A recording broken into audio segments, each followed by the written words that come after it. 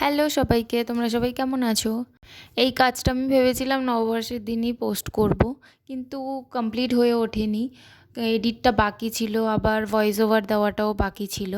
আসলে সময় হয়ে ওঠেনি। কাজের এত চাপ, তাই জন্য সময় করে উঠতেই পারিনি। কাজের এত চাপ বলতে বাই প্রফেশন আমি একজন সিস্টার। তো ডিউটির পরে যেইটুকুনি সময় পাই সেইটুকুনি সময়ে আমি চেষ্টা করি নতুন কাজগুলো করার। ডিউটির পরে বাড়ি এসে একদমই এনার্জি থাকে না, মানে মনে হয় কি ঘুমিয়েই পড়ি।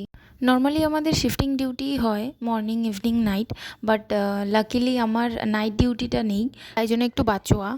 তারপর বলো, তোমাদের কেমন কেটেছে? কি কি খাওয়া দাওয়া করলে, কোথায় কে গেলে, আমাকে একটু কমেন্টে জানিও সবাই। দেখলে এত কিছুর মাঝখানে ভুলেই গেছি। তোমাদের সবাইকে শুভ নববর্ষের প্রীতি ও আন্তরিক শুভেচ্ছা।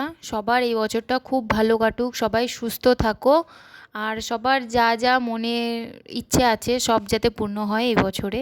এই বছরে না, সব সময় যেন পূর্ণ হয়। এবারে আসি আমার কাজটা কেমন হয়েছে সেটা সবাই আমাকে কমেন্ট বক্সে জানাবে। And this is the final look. কেমন লাগছে তোমরা সবাই আমাকে বলো প্লিজ। অনেকটা লেট হয়ে গেছে, কিন্তু তাও চেষ্টা করলাম কমপ্লিট করার।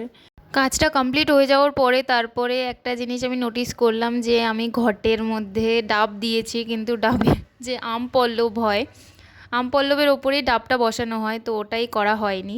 সবাই ভালো থেকো, আবার দেখা হবে, টাটা।